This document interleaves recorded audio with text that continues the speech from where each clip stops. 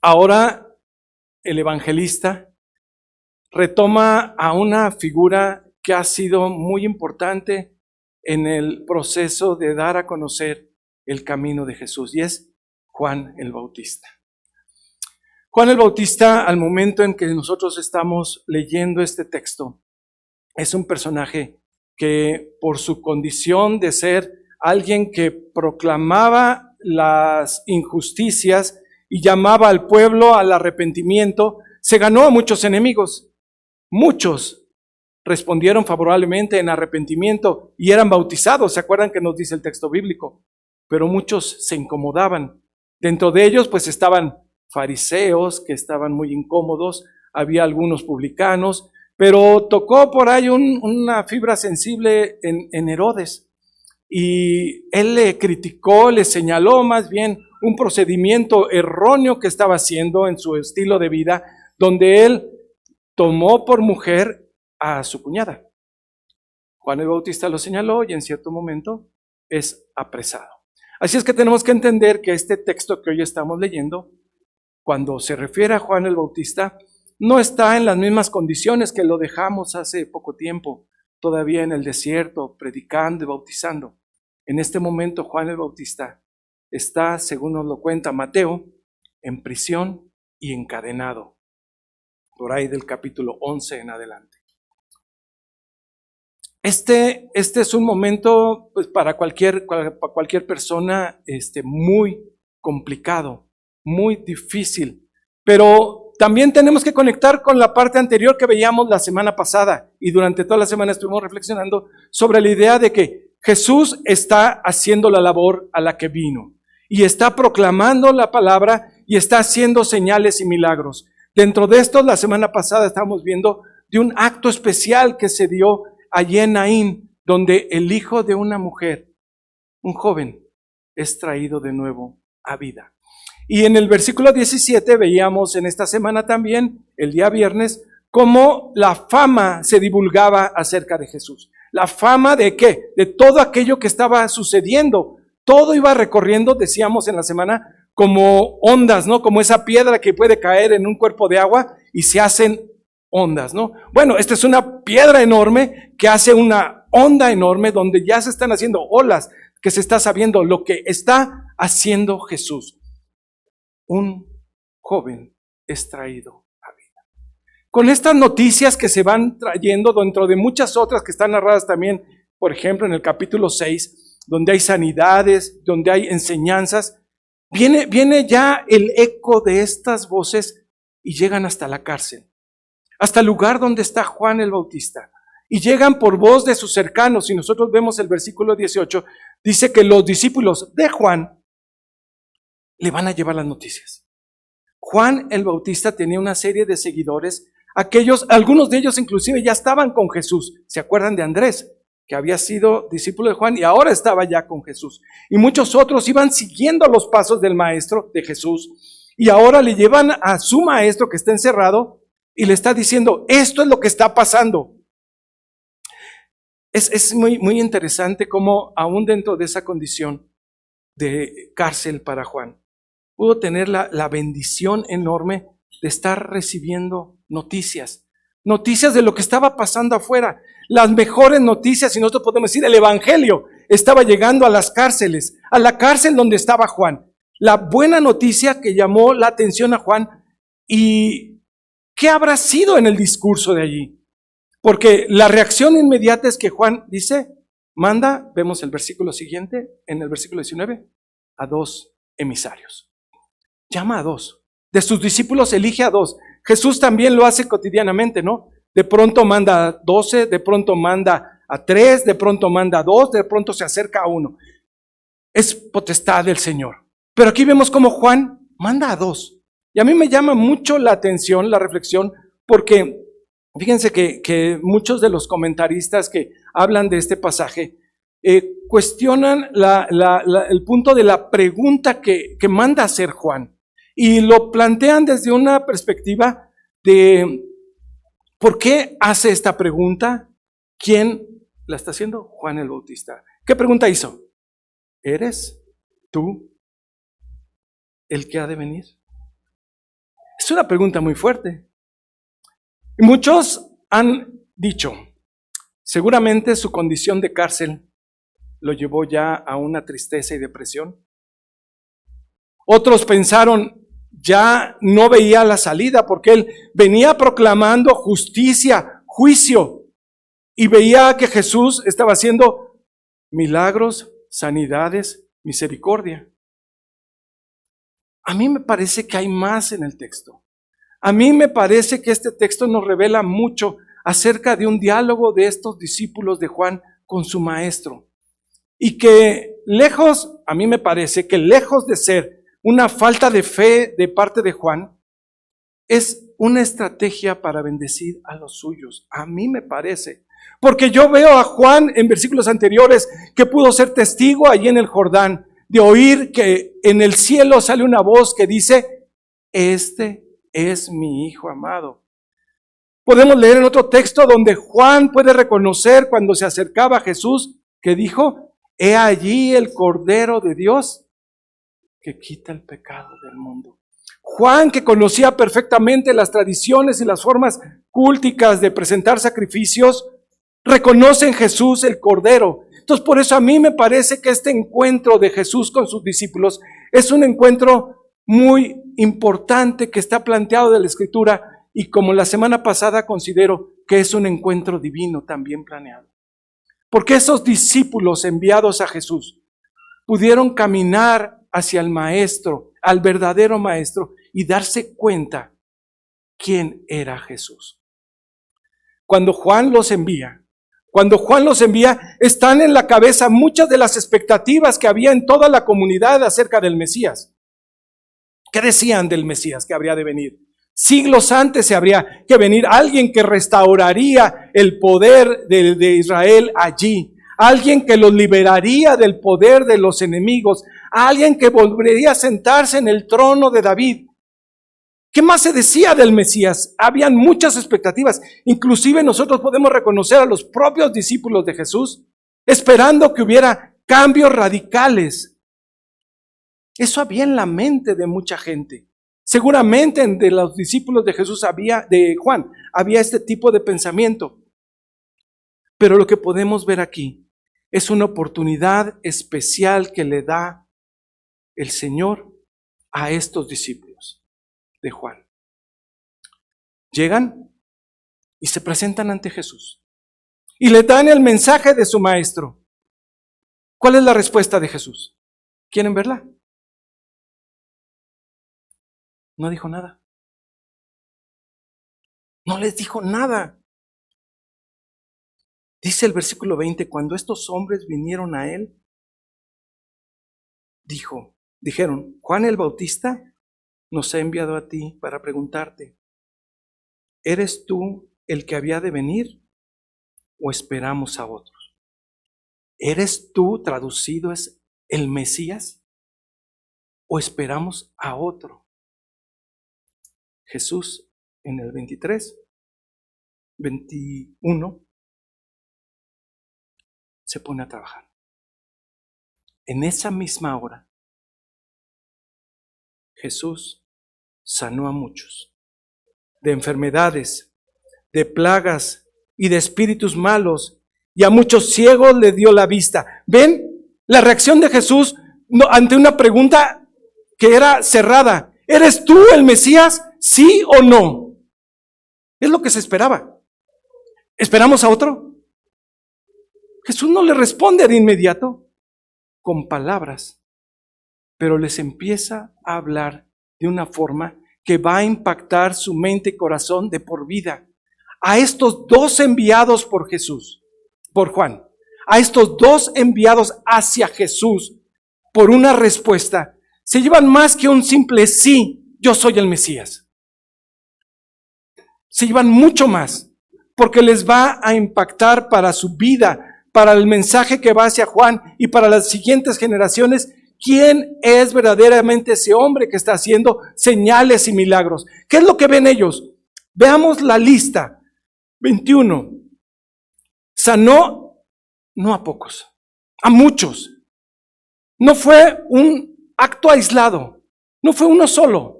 a muchos y de muchas formas, de enfermedades, de plagas y de espíritus malos. Estamos hablando de Lucas, está escribiéndole a su comunidad y le está diciendo, gente que tenía dolores en su cuerpo, gente que tenía problemas realmente incurables, gente que tenía una situación que había sido rebasada por cualquier remedio casero, gente que de nacimiento o por accidente habían perdido sus facultades, estaban siendo atendidas por Jesús. Y vean cómo va de una forma especial cubriendo toda la necesidad de la gente. Esa es la respuesta de Jesús. Esa es la respuesta de Jesús para estos dos testigos que han sido enviados. Estos dos varones que son llevados para tener este encuentro delante con el Maestro, para que de una forma sin lugar a dudas, dos testigos más pueden dar fe de lo que el Maestro ha hecho. Y ahora sí, abre su boca Jesús. Versículo 22. Después de haber hecho todo esto, Jesús se dirige a los que le llevaron la pregunta: ¿eres tú el Mesías? Vayan y hablen con Juan, dice el versículo 22. Id y haced saber a Juan lo que has visto y lo que has oído. Ellos pudieron ver cómo una persona sorda era sacada de su encierro. Pudieron ver cómo alguien que no hablaba de pronto alababa al Señor y glorificaba. Pudieron ver a alguien lisiado por accidente o de vida, que saltaba de gozo y alegría. Pudieron ver gente que era apartada por su lepra y que podía ser de nuevo parte de un pueblo por su condición, que el Señor los restauraba. ¿Qué mensaje tan tremendo les dio Jesús? Ahora, ¿cómo van a describir esto con palabras? Tremenda tarea les encarga, porque no es fácil ver y describir, todo aquello que ellos vieron y oyeron, pero esa es la tarea que les da el Maestro. Vayan y digan lo que han visto. Y les hace el resumen para que no se les olvide. Porque eso es importante también a nosotros, porque hay veces somos incapaces quizás de resumir en todos nuestros actos de la vida lo que el Señor está haciendo por nosotros. Vean la lista, cómo es impresionante, cómo resume Jesús. Primero, dice, los ciegos ven. Los cojos andan. Los leprosos son limpiados. Los sordos oyen. ¿Ven cómo va atendiendo todas esas necesidades? Y luego lo sube al siguiente nivel de intensidad, de fuerza, de milagro. ¿Cuál es el que sigue? Vuelve a vida. Y no, aquí lo dice en plural, Acabamos de leer solamente un caso de Naín la semana pasada, pero aquí dice que los muertos son resucitados. Muertos, plural. ¿Cuántos? No sé. Aquí en el texto bíblico nosotros sabemos de 3 por lo menos. Pero aquí dice, son muertos, no sabemos cuántos. Vemos cómo va el punto en aumento y en aumento. Y la palabra me parece culminante y clave en el mensaje para el destinatario, que es Juan. Es la última frase de este versículo. ¿Qué dice? Y a los pobres es anunciado el Evangelio. Porque es clave. ¿Quién iba a entender esto? Solo aquel que conociera las promesas de Dios. Nadie que no conociera de las promesas de Dios iba a poder comprender y darle sentido y significado a todos estos símbolos que le estaba mandando. Vean lo que dice el profeta Isaías. Por favor, acompáñenme a Isaías, capítulo, por ejemplo, 61. Isaías 61, 1. Cuando viene, y esto, a ver quién les recuerda, quien lo leyó también en una sinagoga. El Espíritu de Jehová, el Señor, está sobre mí, porque me ungió Jehová. Me ha enviado a predicar nuevas, ¿a quiénes? A los abatidos, a vendar a los quebrantados de corazón. ¿Qué más? A publicar libertad a los cautivos y a los presos apertura de cárcel. Y no es el único pasaje. Si nosotros nos remitimos también al capítulo 35, podemos encontrar quizá uno más puntualito que seguramente le dio la clave a Juan para poder interpretar y responderse la pregunta: ¿eres tú el Mesías? ¿Eres tú el enviado? ¿Eres tú el ungido? Fíjense lo que dice Isaías 35, versículo 5. Entonces los ojos de los ciegos serán abiertos y los oídos de los sordos se abrirán, y entonces el cojo saltará como un ciervo. Cantará la lengua del mudo, porque aguas serán cavadas en el desierto y torrentes en la soledad. Tremenda palabra de nuestro Dios. Promesas dadas siglos atrás que se van cumpliendo una a una. Un mensaje muy poderoso es enviado por Jesús al encarcelado. Con estas código de palabras le está diciendo: sí, sí, yo soy el Mesías. Yo soy el que proclamaste que habría de venir. Sí, yo soy el que prometió tu Señor. Sí, yo soy el que vengo a dar libertad a todos esos, de sus cárceles, de sus cadenas. Seguro, Juan no alcanzó a ver la libertad de la cárcel, de la cadena, pero su corazón tuvo respuesta y claridad. Los discípulos de Juan tuvieron respuesta y claridad si ellos tenían en algún momento duda. Ya no más. Había 2 testigos del grupo de ellos que cerquita Jesús les permitió ver así en primera línea todos esos milagros con una sola intención. Al ver ellos cómo eran liberados todas estas personas de sus cadenas, de sus enfermedades, de sus sufrimientos y sus dolores, la única opción que salía de ellos era, después de regresarle esa vida, glorificar al Señor. La libertad que tenemos en Cristo. La libertad que lleva más allá de tener la posibilidad de saber que Él nos ha rescatado, que dio su vida en la cruz por ti, para llevarte y que algún día tengas todas las promesas cumplidas, todas. Cuando vemos que poco a poco se va cumpliendo, es para nosotros una oportunidad de animar en nuestro gozo de que el Señor cumple su palabra, de que el Señor aún allí en la cárcel, aún allí en la aflicción, te está llevando palabras de aliento y de esperanza. Es el tiempo que sepas que el Señor está y sigue respondiendo a su pueblo según su necesidad, según la necesidad de cada persona.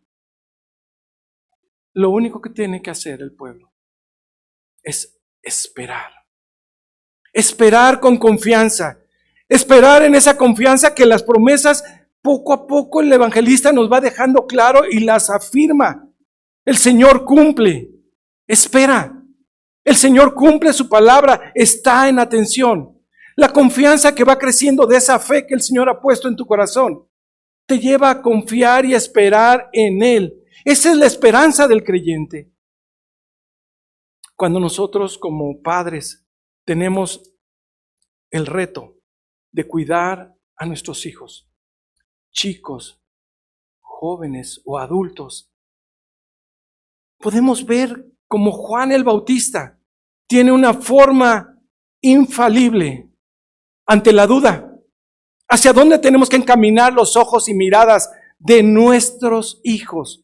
Como maestros, ¿hacia dónde tenemos que encaminar las miradas de nuestros seguidores, de nuestros alumnos? Como ancianos y diáconos y pastores, ¿hacia dónde tenemos que encaminar a todos ellos? No hay otra más que a Jesús. Cualquier duda, cualquier tristeza, cualquier aflicción, cualquier situación que esté pasando el pueblo de Dios, lo encaminado según la Escritura y según nos lo revela el modelo que estamos viendo aquí, es caminar hacia Jesús y entender perfectamente estas señales de gozo y alegría. Hay una expresión que se viene manejando en el Antiguo Testamento que es de gozo y de alegría. Cada cierto tiempo el pueblo de Dios tenía que celebrar fiestas solemnes. Cada cierto tiempo el pueblo de Dios tenía que acercarse al Señor. Y había un tiempo especial, el tiempo del jubileo. Un tiempo de cada 50 años donde el pueblo de Dios podía celebrar y gozarse porque el Señor daba libertad. Cuando llega el Señor Jesús se interpreta como es el tiempo máximo del jubileo, donde allí en Jesús se ve claro el cumplimiento de todas las promesas que podemos recoger de todo el Antiguo Testamento y que se hacen realidad en esta gente que pudieron ser testigos. Ya no digamos todos aquellos que vivieron la experiencia en carne propia. Experimentaron la libertad que hay y es vivir en Cristo. Es una experiencia que ha sido una realidad en todo el camino de la historia del pueblo de Dios.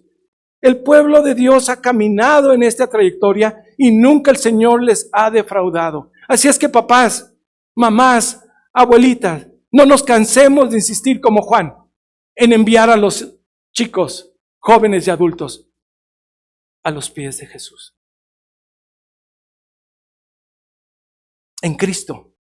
Y solo en Cristo, cuando pasó la historia de la iglesia, tiempos oscuros como en la Edad Media, y cuando vino el tiempo de la Reforma, donde encontrar en la Escritura a Cristo y solo en Cristo hay libertad, se vino a ver la posibilidad de que hubiera ese avivamiento, encontrar en la Escritura que solo en Cristo hay salvación, solo en Cristo hay libertad. Cuando redescubren en el texto bíblico la verdad libertadora de Cristo, viene a ser parte de la herencia que van a rescatar para nosotros y que es algo que nosotros no podemos ni debemos olvidar. Nunca. El único camino seguro que tenemos es Cristo para libertad. Proclamado por no solo Isaías. Las profecías son vastas y amplias acerca del que habría de venir. Y estos dos hombres, que no sabemos sus nombres, fueron testigos presenciales del poder del Hijo de Dios mismo en medio de la gente. Una de las noticias que le llegó a Juan es algo de lo que decía la gente narrado en el pasaje anterior. Dios ha visitado a su pueblo. Dios ha visitado tu casa. Dios ha visitado tu corazón.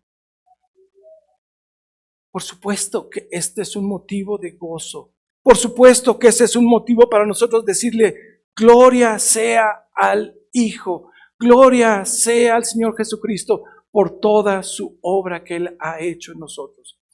Si tú reconoces en este momento lo que el Señor Jesucristo ha hecho en tu vida, yo te invito para que cantemos. Este canto es un himno que es el himno número 7 y dice, gloria sea a Cristo. ¿Por qué?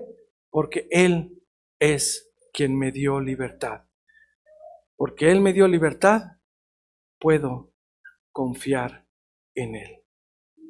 Pongámonos de pie y alabemos a nuestro Señor.